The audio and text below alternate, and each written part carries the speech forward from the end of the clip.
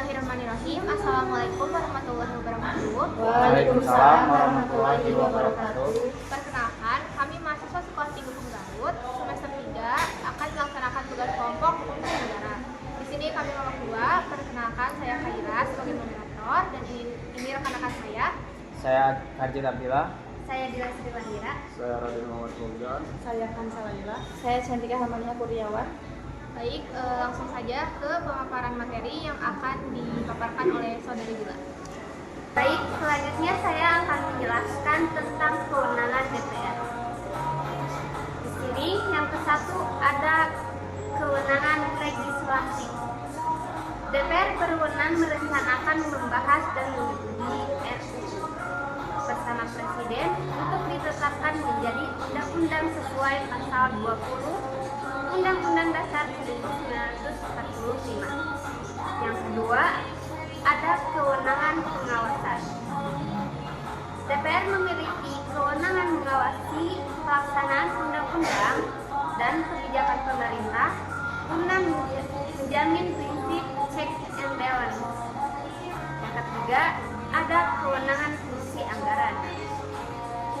DPR berwenang membahas, menyetujui, dan mengawasi pelaksanaan anggaran, pendapatan, dan belanja negara, atau juga bisa disebut dengan APBN. Yang keempat, ada hak-hak DPR. DPR memiliki hak interpelasi, hak angket, hak menyatakan pendapat, hak bertanya dan mengusulkan, serta hak imunitas dalam menjalankan tugas konstitusional. Yang terakhir di sini ada peran dalam sistem ketatanegaraan.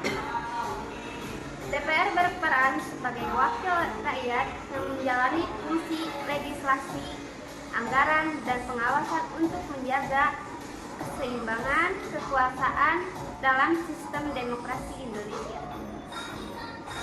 Selanjutnya saya akan menjelaskan hubungan DPR dengan lembaga lainnya. Yang ke-1, DPR dengan Presiden. DPR bekerja sama dengan Presiden dalam pembentukan undang-undang, persetujuan APBN, perjanjian internasional, serta melakukan pengawasan terhadap kebijakan pemerintah. Selanjutnya, ada hubungan DPR dengan MPR. Anggota DPR merupakan bagian dari MPR, dan DPR berwenang mengusulkan pemberhentian Presiden dan atau wakil Presiden kepada MPR. Yang ketiga, ada hubungan DPR dengan DPRD. DPRD dapat mengajukan dan ikut membahas RUU tertentu. DPD. 1, 2, 3. Selanjutnya ada hubungan DPR dengan DPD. DPD dapat mengajukan dan ikut membahas RUU tertentu.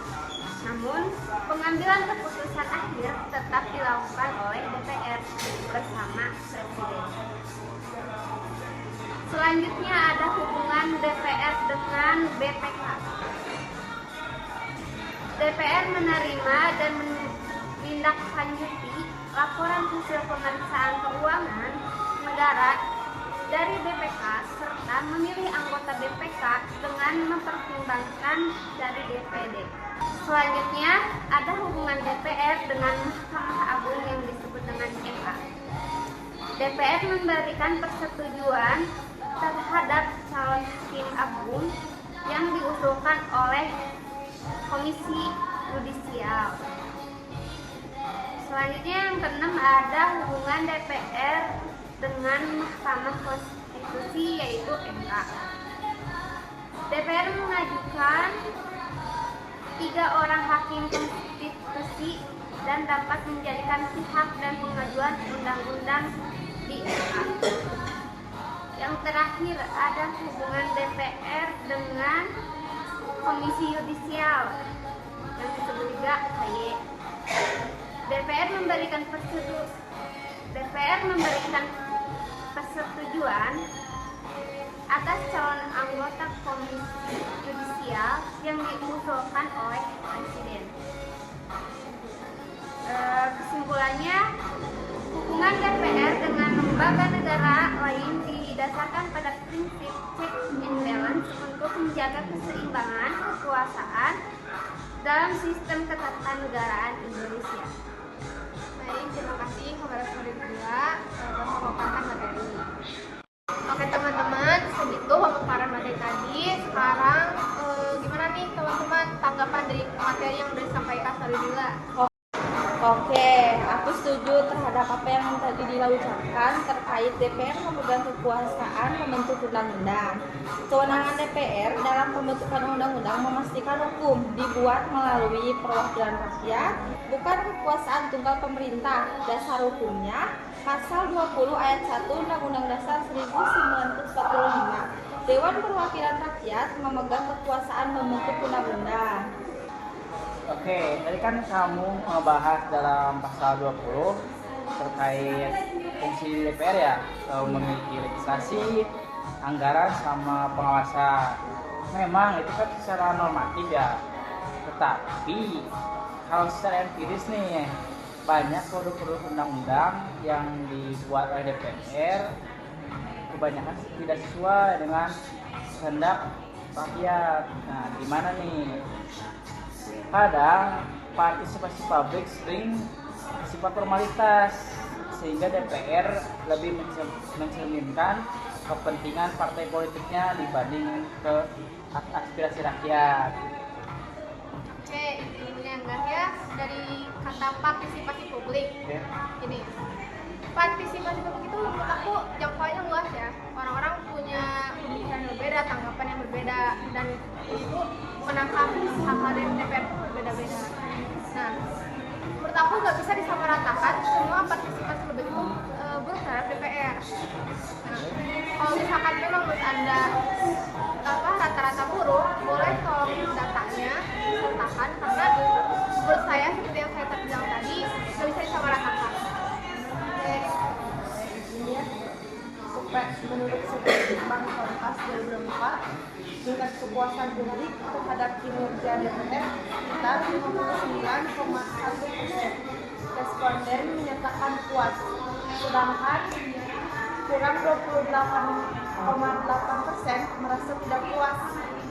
Survei indikator politik Indonesia awal 2025, temuan lain menunjukkan kepercayaan publik terhadap DPR sekitar 69%, masih lebih rendah dibanding lembaga lain. Itu kalau boleh tahu datanya tahun berapa ya? Itu yang tadi tahun 2024 sama 2025. Menurut aku, karena sampai sekarang kan masih banyak pergerakan-pergerakan DPR yang mungkin belum termasuk kepada survei ini ya, jadi menurut aku data ini nggak valid, karena kalau awal tahun 2025 kan udah kelewat. Sekarang Nah, ini menurut yang lain ada punya data pembanding nggak? Mungkin menjadi oke.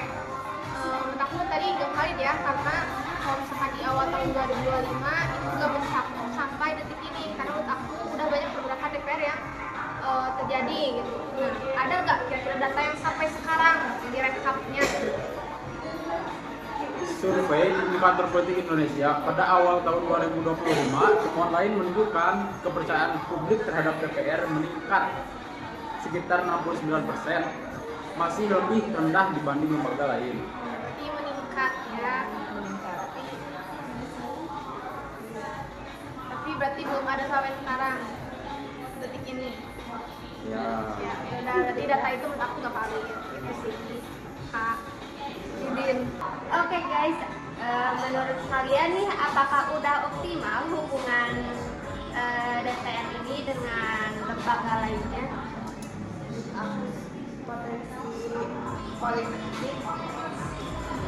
Potensi konflik kepentingan politik, DPR sering berhadapan langsung dengan presiden atau eksekutif, sehingga kepentingan politik partai dapat mempengaruhi kebijakan negara, seperti dalam pasal 20 Undang-Undang 1945 kekuasaan membentuk undang-undang. Dan pasal 5 ayat 1 Undang-Undang 1945 Presiden berhak mengajukan RUU. Nah, oke, aku agak keberatan dalam kata potensi karena menurut aku potensi itu belum suatu kepastian ya, itu masih kemungkinan yang akan terjadi. Jadi menurut aku itu masih asumsi mungkin ya. Jadi itu menurut aku bukan suatu kelemahan dari DPR. Oke.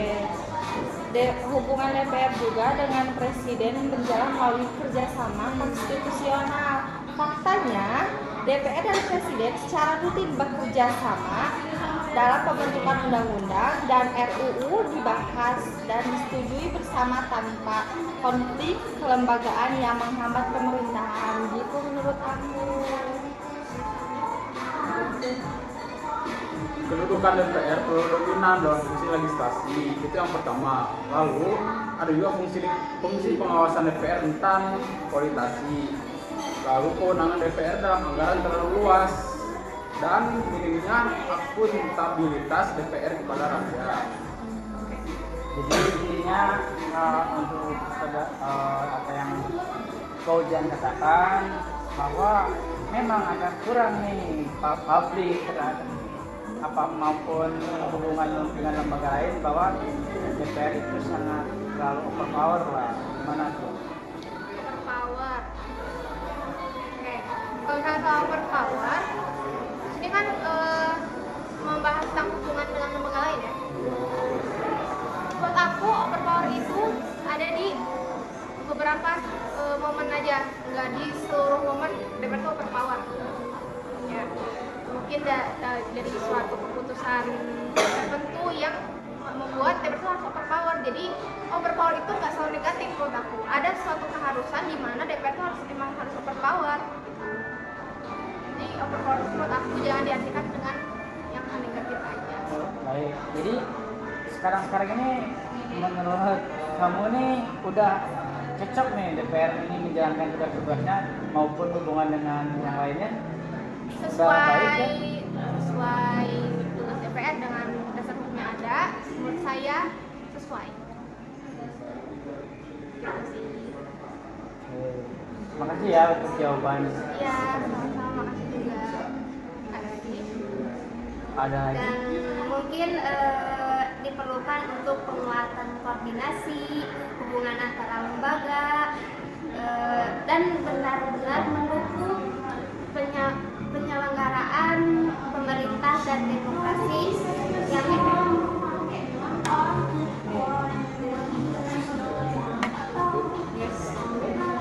Ada yang mengucapkan? Ya boleh. Oke, untuk penutupan dari diskusi ini, dari saran juga mungkin ya. Apa sih yang kalian harapkan untuk kinerja DPR saat ini juga ke depannya? Kalau aku sih berharap DPR itu benar-benar pro dengan rakyat, aspirasi rakyat benar-benar yang dibutuhkan rakyat, didengarnya apapun itu terkait dengan pembentukan peraturan atau pembentukan undang-undang. Yang lain ada saran nggak? Saran mungkin sudah hampir sama ya semuanya. Intinya dari semua yang diucapkan, dipaparkan, minta didengar dan dirangkul mungkin ya aspirasi rakyat itu. Dan aku pun sebagai mahasiswa dan rakyat ya sekaligus berharap kita semua punya edukasi yang cukup untuk memahami bagaimana lembaga negara itu bekerja, untuk lebih membuka mata lah, untuk lebih pintar juga dalam menjaring informasi tentang pemerintahan bagaimana gitu. Jadi menurut aku di sini harapan dan peran itu bukan hanya ada di lembaga tapi di rakyatnya juga untuk saling bekerja sama dengan baik. Mantap. Dan lebih cepat ditanggapi. Amin. Kita doakan semoga yang terbaik untuk negara ini ya Amin. guys. Yang terbaik juga negara. Ya. Alhamdulillah. Mungkin Bentar. Itu 15 menit. Sama kasih. Oke, udah. Sudah cukup guys untuk diskusi hari ini. Terima kasih semuanya yang sudah menonton.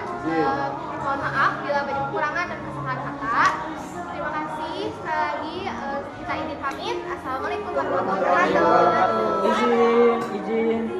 Izin. Alhamdulillah.